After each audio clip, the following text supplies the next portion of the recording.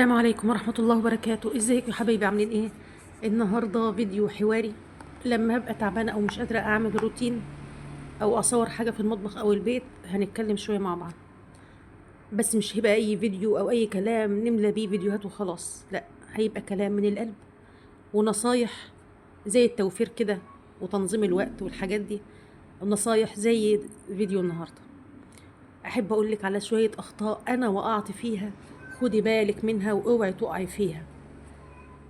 نصايح من واحدة جربت فعلا وعاشت اللي هتتكلم فيه ده فعلا. خدي بالك قوي قوي قوي وما تغلطيش غلطتي. رقم واحد، الصرف ببذخ.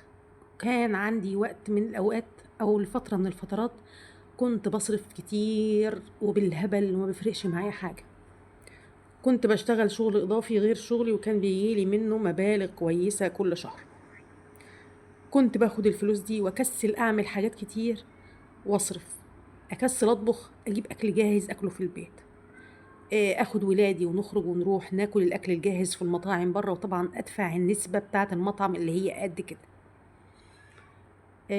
اشتري حاجات حلوه كتير، اقعد في الكافيهات اشرب حاجه ساقعه، عصير، مشروب، اخرج واتفسح انا واولادي. مش وحش انك تخرجي وتتفسحي وتروحي عن نفسك انتي وولادك وتتمتعوا بالدنيا، مش وحش ابدا. بس المفروض في حدود المعقول. مش كل اللي يجي يتصرف أول عن آخر. للأسف أنا ما حسبتهاش صح. كان كله بيتصرف أول بأول. كان المفروض أصرف جزء وعين جزء، أصرف الربع وعين التلات أرباع، أصرف التلت وعين التلتين، بالكتير قوي أصرف النص وعين النص، وأعمل حساب للمستقبل. أنا ما عملتش ده للأسف. ما كانش فيه حد نصحني بالموضوع ده. تمام. كنت بركب تاكسيات حتى في المشاوير القليلة البسيطة. كنت اقول لنفسي انا كنت بصحتي طبعا واقدر ان انا امشي وكل حاجه. كنت اقول طالما في فلوس ايه المشكله. كانوا اللي حواليا ممكن يعلقوا يقولوا الله، يعني عليكي انت كل شويه تاكسيات، هو انت كل مشاويرك تاكسيات؟ بلاش كده. دي الحاجه الوحيده اللي كان بيتعلق لي عليها تقريبا. كان ردي متخلف. اه والله ما كانش المفروض ان انا افكر كده اصلا او ان انا ارد كده. ايه المشكله؟ طالما انا عملت فلوس ومعايا فلوس اقدر اركب بيها تاكسيات واريح نفسي، ليه ما ريحش نفسي؟ زي ما عملت فلوس او جبت فلوس اقدر اريح نفسي بيها، ما هو انا اقدر اجيب غيرها وغيرها وما عنديش اي مشكله. اللي هيجي هيعوض اللي فات. ده تفكير غلط ورد غلط. كل حاجه كانت غلط في غلط. ضيعت حاجات كتير قوي وفلوس كتير قوي قوي قوي. كان ممكن في ايامنا دي تعمل حاجه. خدي بالك، مش اي فلوس تجيلك باليمين تضيعيها بالشمال. مش اي فلوس تجيلك او اي مبلغ او اي حاجه تجيلك تضيعيها فورا، لا. اعملي حساب بكره وبعد بكره. اعملي حساب ولادك، الدنيا بتغلى وولادك هيحتاجوا مش هيلاقوا. وانتي لو ما عملتش حسابك وعملت لهم، هم مش هيعملوا. تاني حاجه كنت بصرف فيها غير الاكل والحاجات دي، كنت بشتري اكسسوارات وذهب صيني كتير.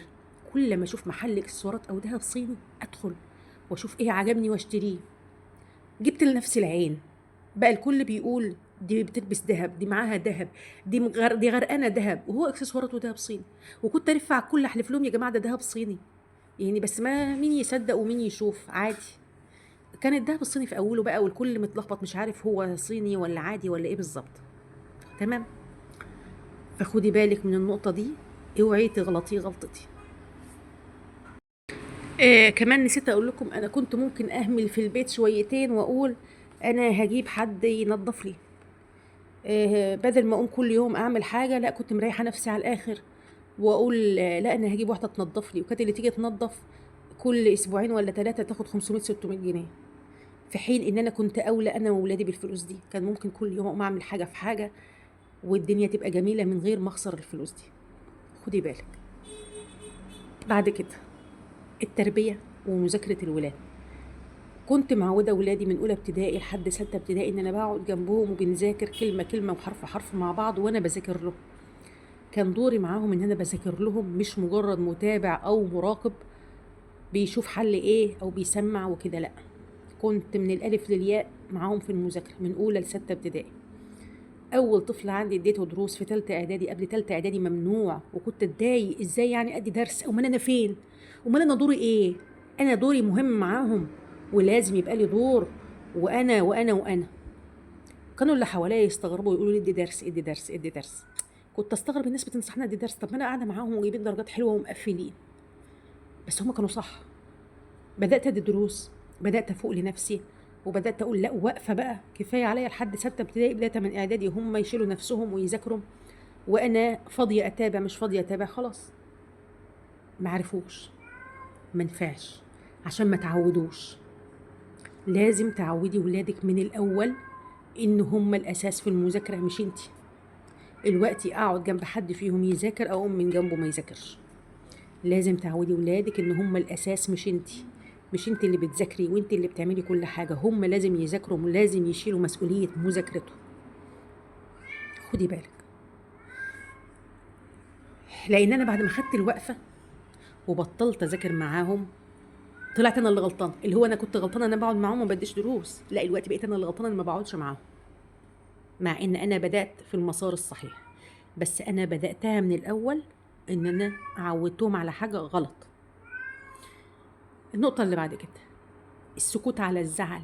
اوعي تسكتي على الزعل، اوعي حد قدامك يضايقك وانت تسمعي الكلام وتتضايقي من جواكي وتسكتي ابدا. ليه؟ لان اللي قدامك لما بيلاقيكي سكتي بيتمادى. اللي قدامي ممكن يزعلني وانا سكت وما جبتش حقي، محدش جاب لي حقي، فبالتالي اللي قدامي بيتمادى. ما هي ساكته، ما هي ملهاش حد يرد علينا، ما هي ما بتردش، ما هي ملهاش حد، براحتنا بقى. وكل ما تزعلي وتسكتي كل ما يتداس عليكي اكتر. اكتر حاجه غلط على البني ادم راجل او ست الزعل، بيجيب الامراض كلها. يمكن سبب مرضي اللي انا فيه الزعل، ان انا ياما سكت ما عدتش تسكتي. انتي خط احمر. كنت زمان لما حد يضايقني، طبعا اللي بيضايق ده مش الزوج ولا الاهل بس، لا، ممكن يبقوا الزمايل، ممكن يبقوا القرايب من بعيد، ممكن يبقوا نسايب، ممكن يبقوا ناس كتير جدا ممكن يضايقوكي. انا كنت زمان لما ازعل واجي ارد الرد جاهز جوايا عايزه اقوله، وماسكه نفسي واحط نفسي مكان اللي قدامي. انا لو رديت وقلت له كذا هيزعل، بلاش. لدرجه ان انا شكيت ان انا اتربيت غلط. انا اتربيت غلط يا جماعه، المفروض اهلي كانوا ربوني ان انا ما اسكتش، ان انا اخد حقي اول باول، المفروض. فجالي تليفون واضطريت ارد عليه. المهم، قلت لكم ان انا الرد كان بيبقى جوايا وما برضاش ارد، بخاف لا اللي قدامي يزعل، بالرغم من ان اللي قدامي ده كان لا يتهاون في ان هو يزعلني ويضايقني. وكل ما يشوفني محترمه اكتر وساكته اكتر كل ما يدوس اكتر. انتي بالنسبه لنفسك امانه، خدي بالك من نفسيتك. اوعي تسمحي لحد يضايقك او يزعلك نهائي. اوعي تنامي مره دموعك على مخدتك او على عينيكي وخدودك، اوعي. لازم حتى لو زعلتي تفرفشي نفسك باي طريقه، ما تناميش زعلانه ابدا. اوعي. نصيحه من واحده مجربه. تمام؟ ماشي. اخر حاجه، ما تستنيش الاهتمام من حد. ما تستنيش الاهتمام من حد. انتي رقم واحد في حياتك، انتي اللي تهتمي بنفسك. طبعا ما اقصدش الزوج برضو. انا ممكن ابقى مستنيه الاهتمام من صاحبتي، اصل فلانه بقالها كذا يوم ما كلمتنيش هتكلمني، او اتصل بها واعاتبها واقول لها والنبي تكلميني، والنبي ما كلمتنيش ليه. لا، لا. تستني الاهتمام من الزوج، هيقول لي كلمه حلوه، لا هيعلق على لبسي، لا هيعمل، طب ما قالش ان شاء الله ما قال. لا، انتي نفسك، انتي اللي تهتمي بنفسك، وانتي اللي تسمعي نفسك احلى كلام. ما تستنيش ان حد يسمعك كلمه حلوه ولا حد يهتم بيكي. ليه؟ عشان انتي رقم واحد. انتي رقم واحد. انتي وقعتي الباقي هيقع من وراكي. فنفسيتك رقم واحد. اهتمي بنفسك، اخرجي، غيري جو، اتفسحي، هاتي حاجة نفسك فيها بس بحدود وفي المعقول. فكري في نفسك كويس جدا جدا جدا وفي اللي حواليكي، تعملي لهم مستقبل وتعيني قرش للزمن، وفي نفس الوقت ما تحرميش نفسك، هاتي لنفسك حاجة واحدة كل شهر، حاجة واحدة بسيطة تفرحك. اعملي أي حاجة تفرحك وتبسطك نفسيا. لو زعلتي من حاجة أو استنيتي اهتمام من حد وما لقيتيش، اعملي لنفسك حاجة بسيطة تفرحك. حتى لو مش هتشتري أي حاجة وما معكيش إمكانيات، انزلي اخرجي، لفي لفاية، كلمي حد بتحبيه أو بتثقي فيه، أو واحدة صاحبتك أو حد من قرايبك أو حد من إخواتك. اتكلمي وفضفضي، قولي كل اللي جواكي، ما تكتميش جواكي حاجة نهائي. تمام؟ نصايح اللي قلتها النهاردة: أول حاجة، ما تصرفيش ببذخ، اعملي حساب المستقبل. انت مهمة، كل حاجة مهمة، ولادك مهمين. اصرفي وشبرقي وهاتي لهم اللي نفسهم فيه، بس تعملي حسابك للزمن وتعيني أكتر من النص للزمن، وبعد كده عيشي زي ما انت عايزة. رقم 2، ما تهتميش لكلام حد بيضايق، واعملي خط أحمر لنفسك. اوعي تخلي حد يضايقك، لازم تردي وتجيبي حقك. الرد ممكن يبقى بأدب واحترام، مش لازم الرد يبقى قليل الأدب. تمام؟ ردي بأدب واحترام. ما قدرتيش ان انت تردي، اتربيتي زي انك ما ترديش وعيب وما يصحش، اعملي اي حاجة تضيعي الزعل. ما تناميش وانت زعلانة نهائي ابدا، اوعي.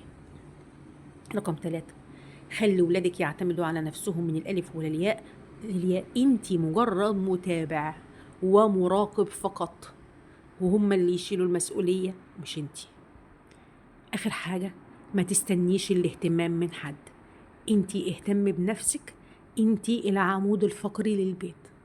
العمود الفقري تعب أو جراله حاجة، البيت كله بيتعب. فلازم تحافظي على نفسك وعلى نفسيتك وعلى كل حاجة تخليكي أحسن ما يكون في حدود المعقول والمتاح. بكده فيديو النهارده يكون خلص. أتمنى أكون فدتكم بأي حاجة. خلاصة من تجاربي والله، كلام طالع من قلبي. محدش هيطلع يقول الكلام ده. يلا أسيبكم وأشوفكم الفيديو الجاي. مع السلامة.